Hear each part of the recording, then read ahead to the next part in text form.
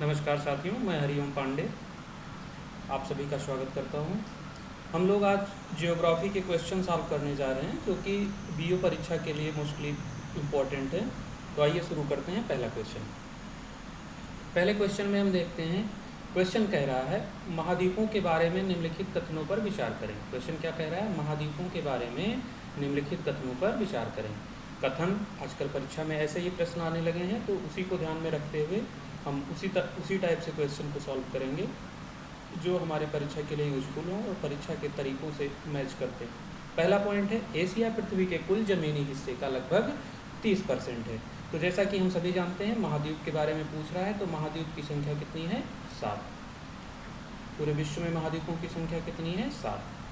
उसी में से एक महाद्वीप है, कौन सा? एशिया महाद्वीप। क्वेश्चन कह रहा है, क्वेश्चन की पहला कथन है कि एशिया पृथ्वी के कुल ज़मीनी हिस्से का लगभग 30% हिस्सा है। मतलब दुनिया में जितनी ज़मीन है रहने योग्य उसका 30% क्या है? एशिया है। ये क्या कह रहा है कि ये कथन दिया हुआ ये सही है कि गलत है, ये हमको डिसाइड करना है। तो आइए सबसे पहले हम महाद्वीप के बारे में थोड़ा जान लें और महाद्वीप कितने हैं उसके बारे में थोड़ा जान के फिर इस पॉइंट को क्लियर करते हैं। तो चलिए शुरू करते हैं।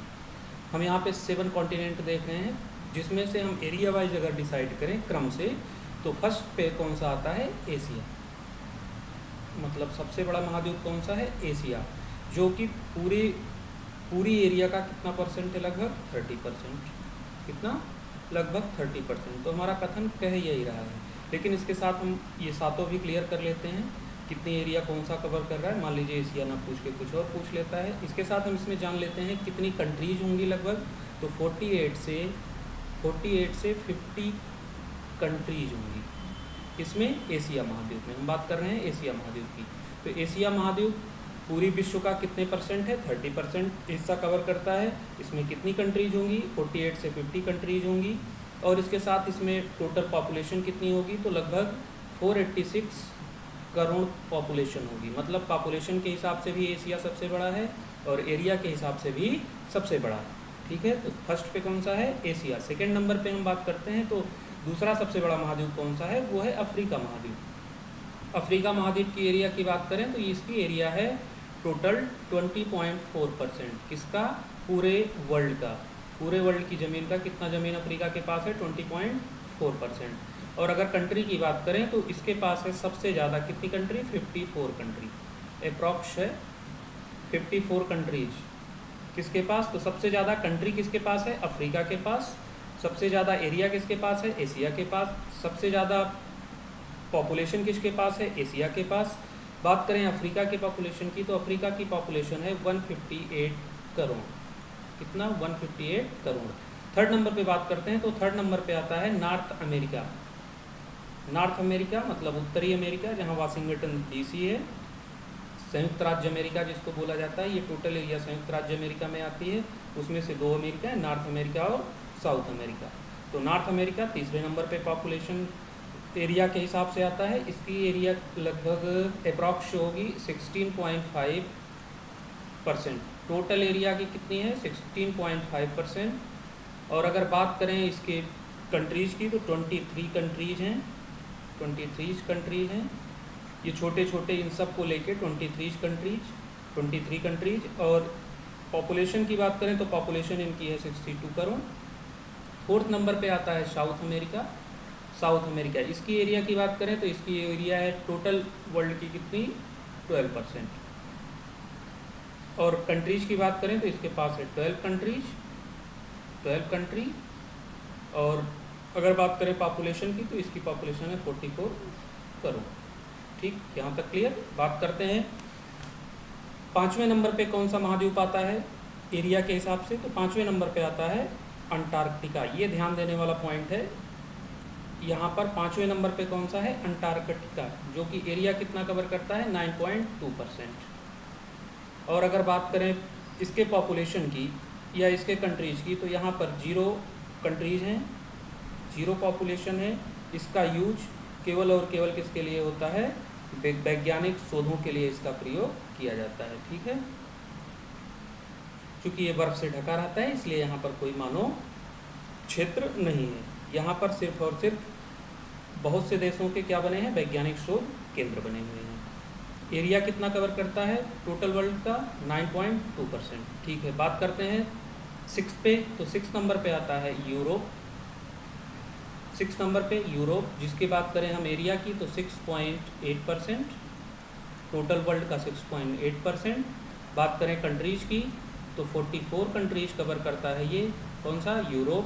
पॉपुलेशन की बात करें तो पॉपुलेशन होगी इसकी 74 CR। बात करते हैं सबसे छोटे महाद्वीप की, तो सबसे छोटा महाद्वीप कौन सा है, ऑस्ट्रेलिया महाद्वीप। 7वां महाद्वीप है सबसे छोटा महाद्वीप ऑस्ट्रेलिया महाद्वीप। ये सबसे छोटा महाद्वीप है और सबसे बड़ा द्वीप है। यहाँ से एक क्वेश्चन आप ध्यान रखिएगा, क्वेश्चन आपसे पूछ सकता है कि सबसे बड़ा द्वीप कौन सा है, तो सबसे बड़ा द्वीप कौन सा है, सबसे बड़ा द्वीप, सबसे बड़ा द्वीप तो कौन सा आएगा, ऑस्ट्रेलिया। और सबसे छोटा महाद्वीप, सबसे छोटा महाद्वीप तो कौन सा आएगा, तब भी आएगा ऑस्ट्रेलिया। इस बात को ध्यान रखिएगा। इसकी एरिया की बात करें तो इसकी एरिया है 5.3%, टोटल वर्ल्ड का 3.3% कवर करता है। कंट्रीज़ की बात करें तो 14 कंट्रीज हैं इसमें, और पॉपुलेशन इसकी कितनी है, 4.5 CR। इतनी पॉइंट्स आज शायद आप लोगों को क्लियर होंगे। तो हमारे पहले कथन का उत्तर क्या था कि एशिया महाद्वीप जो है, पहला कथन क्या था, एशिया पृथ्वी के कुल जमीनी हिस्से का लगभग 30% कवर करता है, बिल्कुल करता है। पहला पॉइंट क्या है, सही है। बात करते हैं दूसरे पॉइंट की। अफ्रीका एकमात्र ऐसा महाद्वीप है जिससे कर्क रेखा, भूमध्य रेखा और मकर रेखा गुजरती है। लाइन क्या कह रहा है, अफ्रीका महाद्वीप की बात हो रही है। कथन क्या कह रहा है, अफ्रीका एकमात्र ऐसा महाद्वीप है जिससे कर्क रेखा, भूमध्य रेखा और मकर रेखा गुजरती है। आप सभी लोग जानते हैं बहुत अच्छे से कि ये जो अफ्रीका महाद्वीप है इससे तीनों रेखाएं होकर गुजरती हैं। अगर हम ध्यान से देखें यहाँ पर तो हमको तीनों रेखाएं दिख जाएंगी। ये एशिया है, मैप यहीं कहीं होगा, इसमें देख लेते हैं अफ्रीका महाद्वीप। ये हमारी जा रही है ट्रॉपिक ऑफ कैंसर। अगर ध्यान से देखेंगे तो ट्रॉपिक ऑफ कैंसर इसको क्या कहते हैं, हमारा ये है अफ्रीका महाद्वीप, स्पेन से नीचे और ये होते हुए रेड सी से क्रॉस करते हुए ये है अफ्रीका महाद्वीप। ये इतनी एरिया क्या है, अफ्रीका महाद्वीप, जो कि कितनी, अफ्रीका महाद्वीप कितना कंट्री का कवर कर रहा है, 54। ठीक है, तो हम बात कर रहे हैं अभी कैंसर की। ट्रॉपिक ऑफ कैंसर जा रही है कहाँ से, सहारा से एंट्री करती है। सहारा मरुस्थल अफ्रीका में है, आप सबको पता है। ट्रॉपिक ऑफ कैंसर को कैसे जानते हैं, 23.5 अंश उत्तरी अक्षांश, 23.5 अंश नॉर्थ। ये जा रही है इक्वेटर, जिसको क्या कहते हैं, 0 अंश अक्षांश या भूमध्य रेखा। तो भूमध्य रेखा भी आप ध्यान से देखेंगे अफ्रीका से होके जा रही है, जिस पे युगांडा जैसे कंट्रीज होंगी। और टॉपिक ऑफ कैप्रिकॉर्न की बात करें तो ये है 23.5 अंश साउथ, अर्थात दक्षिणी। 23.5 अंश दक्षिणी अक्षांश को क्या कहते हैं, कर्क रेखा। 23.5 अंश उत्तरी अक्षांश को क्या कहते हैं, मकर रेखा। और 0 अंश को क्या कहते हैं, भूमध्य रेखा। और ये तीनों रेखाएं कहाँ से जा रही हैं, अफ्रीका से जा रही हैं। ठीक, तो हमारा दूसरा पॉइंट भी सही है, दूसरा पॉइंट भी हमारा क्या है, सही है। तीसरे पॉइंट की बात करें, दक्षिण अमेरिका के उत्तर में कैरिबियन सागर और दक्षिण में क्या है, ड्रैक पैसेज स्थित है। अब इसके लिए हम दक्षिण अमेरिका को एक बार देख लेते हैं वर्ल्ड मैप में। ये है वर्ल्ड मैप, इसमें है ये दक्षिण अमेरिका, साउथ अमेरिका, और आपका जो सागर है वो यहाँ पर है, और ड्रैक पैसेज यहाँ पर है। तो हमारा थर्ड पॉइंट भी क्या होगा, सही हो जाएगा। उत्तर में क्या है, कैरिबियन सागर है, और दक्षिण में क्या है, ड्रैक पैसेज है। इस बात को ध्यान रखिएगा। तो तीनों पॉइंट सही है, तो हमारा उत्तर कौन सा सही हो जाएगा, 1, 2 और 3। कौन सा सही है पूछ रहा है, तो कौन सा सही है, 1, 2, 3 सही है। अगले क्वेश्चन पे चलते हैं। अगला क्वेश्चन हमारा कह रहा है यूराल पर्वत, कौन सा पर्वत, यूराल पर्वत। यूराल पर्वत, अब यू से आप समझ जाइएगा, यूराल पर्वत कहीं ना कहीं यूरोप से जुड़ा होगा। काकेकस पर्वत और कैस्पियन सागर, ये तीन चीज़ों से मिलकर क्या पूछ रहा है, इससे मिलकर किन दो महाद्वीपों के बीच पारंपरिक सीमा बनाते हैं। तो एक तो यूरोप कंफर्म हो गया। अब ऐसे देख लीजिए, यूरोप नहीं है इसमें, गलत, यूरोप नहीं है, गलत। एक इसमें है यूरोप अफ्रीका, एक है यूरोप एशिया। अब इन्हीं दोनों ऑप्शनों में हमको टिक करना है। इसके लिए हम मैप देखते हैं। अब देखिए मैप में हम देखेंगे यूराल माउंटेन कहाँ है, तो यूराल माउंटेन हमको यहाँ लिखा हुआ दिख रहा है, ये है यूराल माउंटेन। ठीक, इसके बाद हम क्या खोजेंगे, कैस्पियन सी का नाम लिया है, कैस्पियन सी देखेंगे, कैस्पियन सी यहाँ है, ये क्या है, कैस्पियन सी, कैस्पियन सागर ये हो गया, ये यूराल पर्वत हो गया। अब हमको क्या खोजना है, काकेकश पर्वत। तो काकेकश पर्वत की लोकेशन जो ये गोरा एल्ब्रुश है, गोरा एल्ब्रस जो है, ये यूरोप की सबसे ऊंची चोटी है और ये किस पर्वत में है, काकेकश में है। तो काकेकश पर्वत की लोकेशन कहाँ है, यहाँ पर ब्लैक सी और कैस्पियन सी के बीच में कौन सा माउंटेन है, काकेकश माउंटेन। कौन सा, Caucasus mountain, Caucasus mountain, Caucasus mountain. ठीक है, ये ध्यान रखिएगा, किसके किसके बीच में है, ब्लैक सी और कैस्पियन सी के बीच में है। और इसी पर सबसे ऊंची चोटी स्थित है यूरोप की, उसका नाम क्या है, गोरा एल्ब्रस। ठीक है, इसको ध्यान रखिएगा। तो काकेकस, कैस्पियन और यूराल, यूराल से एक नदी निकलती है जो आके कैस्पियन सागर में मिलती है, यूराल नदी उसका नाम है। ये नदी आई हुई आपको दिख रही होगी, ये यूराल नदी है जो कि इसी से कैस्पियन सागर में आके ये मिल जाती है। ठीक है, तो यूराल पर्वत, कैस्पियन सागर और काकेशस पर्वत से मिलकर कौन सी सीमा तय होती है, तो यूरोप की और एशिया की सीमा तय होती है। तो हमारा उत्तर कौन सा सही हो जाएगा, पहला सही हो जाएगा और ये गलत हो जाएगा। ठीक, चलते हैं अगले क्वेश्चन पे। अगला क्वेश्चन क्या कह रहा है, मैच लिस्ट कॉन्टिनेंट और हाईएस्ट पीक की बात कर रहा है।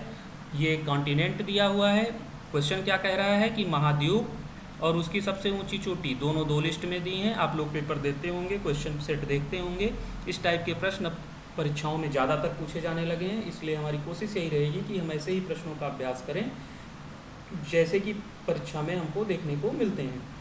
तो ये है आपका महाद्वीप, मतलब कॉन्टिनेंट, कॉन्टिनेंट, और ये है माउंटेन, सबसे ऊंची चोटी की बात कर रहा है। तो अभी हमने आपको बताया, एक चोटी तो बता ही दी, यूरोप का कौन सा बताया, एल्ब्रस बताया ना।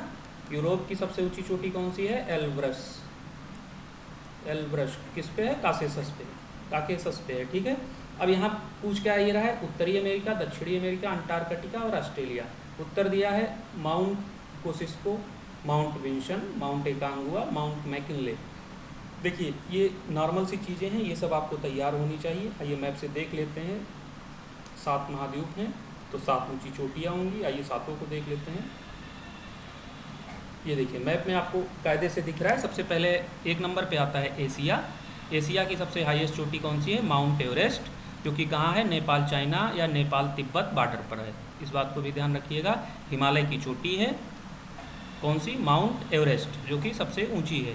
ठीक, किसमें, एशिया की सबसे ऊंची चोटी माउंट एवरेस्ट। सेकंड नंबर पे हमने कौन सा महाद्वीप पढ़ा था, सेकंड नंबर पे पढ़ा था कि अफ्रीका दूसरे नंबर पे क्षेत्रफल के हिसाब से है। तो ये इसकी सबसे ऊंची चोटी कौन सी है, किलीमंजारो।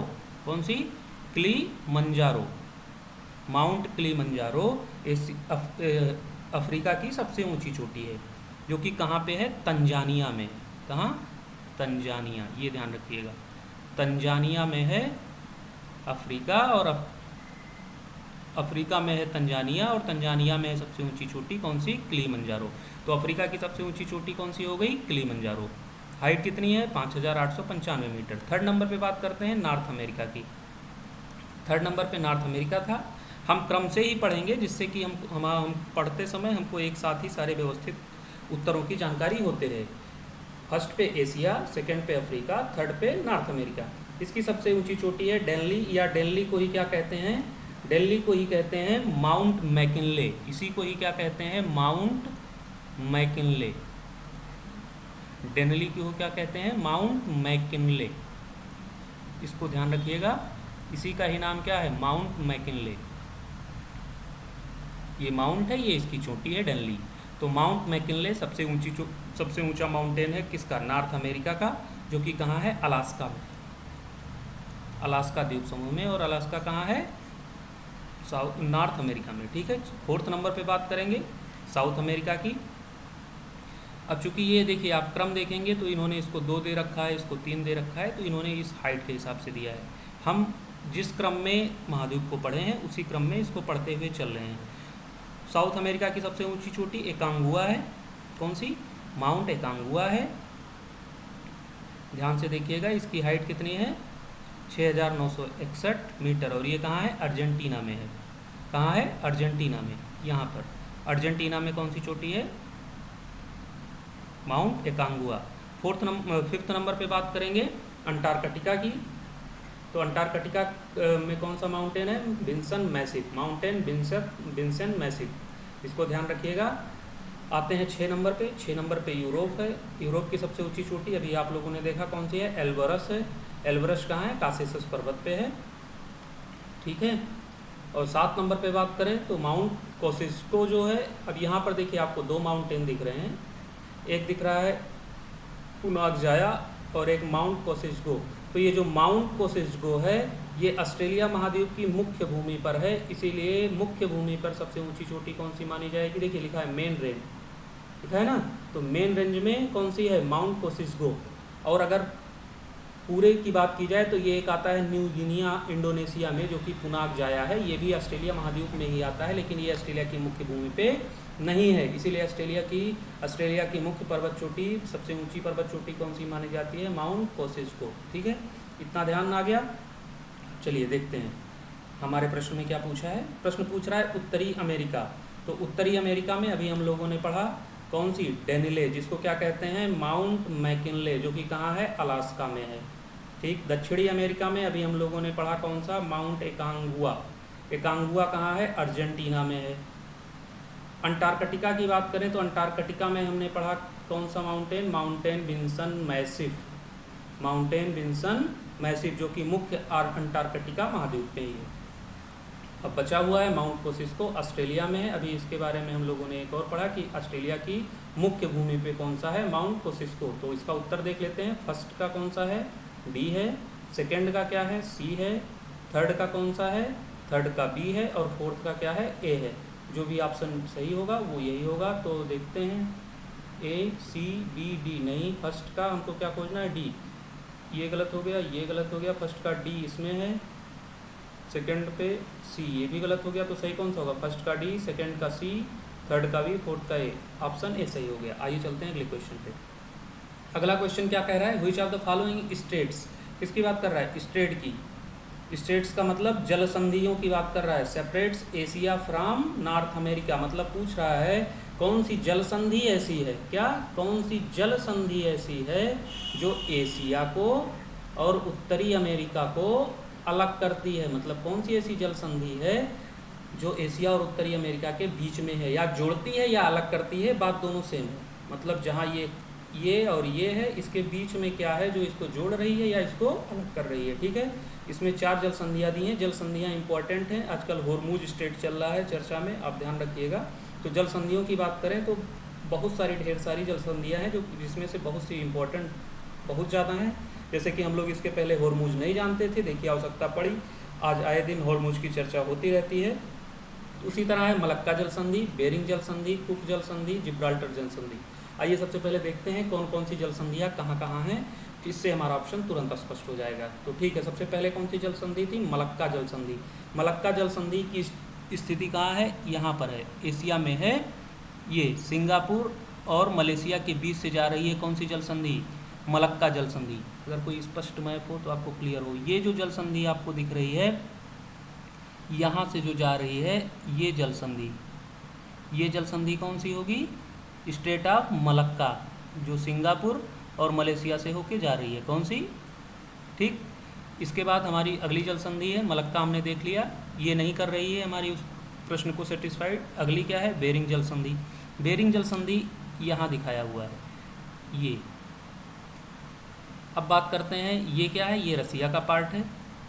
देखिए मैप हम लोग 2D में देख रहे हैं, तो मैप यही बेरिंग स्ट्रेट आपको कहाँ दिख जाएगा? यहाँ दिखेगा। ठीक है। ये जो पार्ट आपको दिख रहा है, ये वाला पार्ट, ये रूस का पार्ट है, यही पार्ट जो आपको यहाँ दिख रहा है। और इधर क्या दिख रहा है? ये अलास्का का पार्ट है। ये क्या है? नॉर्थ अमेरिका का पार्ट है। तो उत्तरी अमेरिका ये हो गया, ये अलास्का है, अलास्का द्वीप, जहाँ भी हम लोगों ने पढ़ा कौन सी चोटी? Mount McKinley. और ये रसिया है, और ये क्या है, बेरिंग जल संधि, यही है बेरिंग स्ट्रेट, ये है बेरिंग। अब बेरिंग से इम्पोर्टेंट क्वेश्चन और क्यों हो जाते हैं, क्योंकि बेरिंग जो है ये ऊपर आपका है आर्कटिक महासागर, कौन सा, आर्कटिक महासागर, मतलब यहाँ ऊपर कौन सा है, आर्कटिक महासागर है, आर्कटिक महासागर, और नीचे कौन सा है, यहाँ कौन सा है, पैसिफिक ओशियन, मतलब प्रशांत महासागर। यहाँ से क्वेश्चन आपसे ऐसे पूछ सकता है कि प्रशांत महासागर और आर्कटिक महासागर को जोड़ने वाली जल संधि कौन सी है, तो भी आपका उत्तर क्या होगा, बेरिंग जल संधि। यहाँ से आपको 3 क्वेश्चन मिलेंगे। पहला क्वेश्चन, एशिया और उत्तरी अमेरिका को अलग करने वाली जल संधि कौन सी है, बेरिंग जल संधि। एशिया उत्तरी अमेरिका को जोड़ने वाली जल संधि कौन सी है, बेरिंग जल संधि। प्रशांत महासागर और आर्कटिक महासागर को जोड़ने वाली जल संधि कौन सी है, बेरिंग जल संधि। इंटरनेशनल डेट लाइन किस जल संधि से गुजरती है, तो बेरिंग जल संधि से, कौन सी, इंटरनेशनल डेट लाइन कहाँ से गुजरती है, तो बेरिंग जल संधि से। तो आपके पास 3 उत्तर हैं। इंटरनेशनल डेट लाइन कहाँ से गुजरती है, बेरिंग जल संधि से। प्रशांत महासागर आर्कटिक महासागर किससे जुड़ते हैं, बेरिंग जल संधि से। एशिया साउथ नॉर्थ अमेरिका से किससे अलग होता है, बेरिंग जल संधि से। ठीक, तो हमारा उत्तर क्या हो जाएगा, बेरिंग जल संधि। मलक्का गलत हो गया, बेरिंग। कुक जल संधि देख लेते हैं कहाँ है, क्योंकि ऑप्शन में है तो देखते चलते हैं। कुक जल संधि की बात करें तो ये हमको दिख रहा है पार्ट न्यूजीलैंड का, ये है न्यूजीलैंड, और ये है कुक जल संधि। अगर हम मैप में बात करें तो ये है न्यूजीलैंड और ये है हमारी कुक जल संधि, जो कि तस्मानिया सागर को किससे जोड़ रही है, प्रशांत महासागर से। ये देखिए, ये स्टेट ऑफ मलक्का है, ये क्या है, स्टेट ऑफ मलक्का, ये यही है जो मलेशिया और सिंगापुर के बीच से जा रही थी, फर्स्ट में हमने देखा था। बात करें बेरिंग की, तो बेरिंग के बारे में कुछ जानकारियाँ दी हुई हैं, आप लोग देख लीजिएगा, बेरिंग जल संधि। और बात करें, ये नॉर्थ अमेरिका का है बेरिंग, ये बेरिंग सी है ये, और यही गल्फ ऑफ, ये है बेरिंग जल संधि आपकी यहाँ आएगी। और बात करें अगर कुक की, तो कुक स्ट्रेट ये है जो कि तस्मानिया सागर को किससे जोड़ रहा है, साउथ पैसिफिक को जोड़ रहा है। ये क्या है, कुक जल संधि। कौन सी, कुक जल संधि, cook straight, COCK, cook straight. ठीक, तो ये तस्मानिया सागर को किससे जोड़ रहा है, साउथ पैसिफिक ओशियन से। ये कौन सी एरिया है, न्यूजीलैंड। न्यूजीलैंड के 2 पार्ट हैं, दोनों के बीच से कौन सी जल संधि है, कुक स्ट्रेट। जिब्राल्टर की बात कर लें, क्योंकि हमारा 4th ऑप्शन क्या था, जिब्राल्टर जल संधि, तो जिब्राल्टर जल संधि देख लेते हैं कहाँ है। जिब्राल्टर जो है ये स्पेन, देखिए स्पेन जो दिख रहा है ये रॉक ऑफ जिब्राल्टर है। अब यहाँ पर इस मैप में आप समझेंगे तो ये है स्पेन, और यहाँ पर हमने आपको बताया था स्पेन किसका पार्ट है, यूरोप का। और मोरक्को के नीचे से मेडिटेरियन सी से अटलांटिक ओशियन को जोड़ने वाली जो जल संधि है वो कौन सी है, मलक्का जल संधि। मतलब ये जो ये जिब्राल्टर जल संधि, ये है स्पेन, और ये है आपका मेडिटेरियन सी, जिसको क्या कहते हैं, भूमध्य सागर। तो भूमध्य सागर से किसको जोड़ रहा है ये, नॉर्थ अटलांटिक ओशियन को। कौन सी जल संधि, जिब्राल्टर जल संधि। इसको ध्यान रखेंगे तो हमारा सही उत्तर क्या हो जाएगा, बेरिंग जल संधि। बेरिंग जल संधि से 3 प्रश्न हमने आपको दिया, कौन कौन से। बेरिंग जल संधि क्या करती है, सबसे पहले तो एशिया और उत्तरी अमेरिका को अलग करती है। दूसरा क्या करती है, आर्कटिक महासागर और प्रशांत महासागर को जोड़ती है। तीसरी क्या करती है, इंटरनेशनल डेट लाइन भी बेरिंग जल संधि से गई हुई है। आइए अगला क्वेश्चन देखते हैं।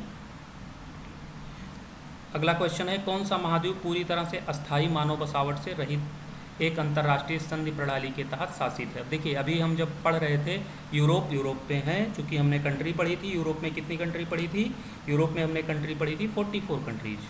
तो अगर कंट्रीज है तो मानो होंगे। अंटार्कटिका में हमने कितनी कंट्रीज पढ़ी थी, 0। ऑस्ट्रेलिया में हमने कितनी पढ़ी थी, 14 कंट्रीज, तो 14 है तो मानो है। दक्षिणी अमेरिका में हमने पढ़ा था कितनी कंट्रीज, 12 कंट्रीज। ठीक है, तो इन जिसमें कंट्रीज होगी उसमें मानव होंगे। मानव बसावट से रहित पूछ रहा है तो मानव बसावट से रहित किसमें होंगे, जिसमें कोई कंट्री नहीं होगी। तो ये सारे उत्तर गलत हो जाएंगे और कौन सा सही हो जाएगा, अंटार्कटिका। ठीक है, और ये एक अंतर्राष्ट्रीय संधि प्रणाली द्वारा बाधित है। आइए देख लेते हैं इसमें क्या अभी हमने चर्चा की थी कि यहाँ पर केवल वैज्ञानिक शोध होते हैं। देखिए ये जो संधि हुई थी, अंतर्राष्ट्रीय संधि, अंटार्कटिका संधि, जो एक अंतर्राष्ट्रीय समझौता है, ये क्या हुआ था इसमें, इसके तहत सिर्फ ये किया गया था शांतिपूर्ण उपयोग के लिए, वैज्ञानिक अनुसंधान के लिए आरक्षित किया गया था। ठीक है, यहाँ पर भारत क्या करता है, भारत भी अपना रिसर्च सेंटर बनाया है। एक रिसर्च सेंटर ये है, आपको मैप में दिख रहा होगा फ्लैग इंडिया का, इसका नाम है मैत्री, और एक यहाँ पर है, इसका नाम है भारती। तो अभी हमारे 2 सक्रिय वहाँ पर शोध केंद्र हैं। कौन कौन से? मैत्री, कभी कभी परीक्षाओं में पूछ लिया जाता है। अंटार्कटिका में भारत के कौन कौन से शोध केंद्र संचालित हैं, तो कौन से हैं? मैत्री और भारती। इसके बारे में कुछ डिटेल दिया हुआ है। इस सबसे पहले दक्षिणी गंगोत्री चलता था, जो कि वर्तमान में बंद है। और यहाँ पर एक क्वेश्चन और बनता है, भारत का एक डाकघर भी काम करता है, कहाँ पर? मैत्री में। मैत्री कहाँ है? ये यहाँ पर भारत का एक डाकघर भी है, पूरी तरह सक्रिय है, 89 में बनाया गया था। और यहाँ से एक इम्पॉर्टेंट क्वेश्चन, यहाँ मीठे पानी की एक झील भी भारत ने बनाई है, इसका नाम क्या है? प्रियदर्शनी झील। कहाँ पर? मैत्री के पास, यहीं प्रियदर्शनी झील है। कौन सी? प्रियदर्शनी झील। और क्या है? और डाकघर, ये मीठे पानी की। ठीक, बाकी भारती के बारे में डिटेल, भारत का तीसरा सबसे आधुनिक, 2012 से काम कर रहा है। भारत अब क्या कर रहा है? लेटेस्ट अपडेट के लिए क्या करने जा रहा है? मैत्री 2 बनाने जा रहा है। तो आशा करते हैं आप लोगों को थोड़ा मज़ा आया होगा, थोड़ी जानकारी मिली होगी। मिलते हैं कल इसी समय फिर से कुछ और प्रश्नों के साथ। तब तक के लिए पढ़ाई जारी रखिए और जल्दी से आप सभी लोग फार्म भरिए, परीक्षा पास करिए।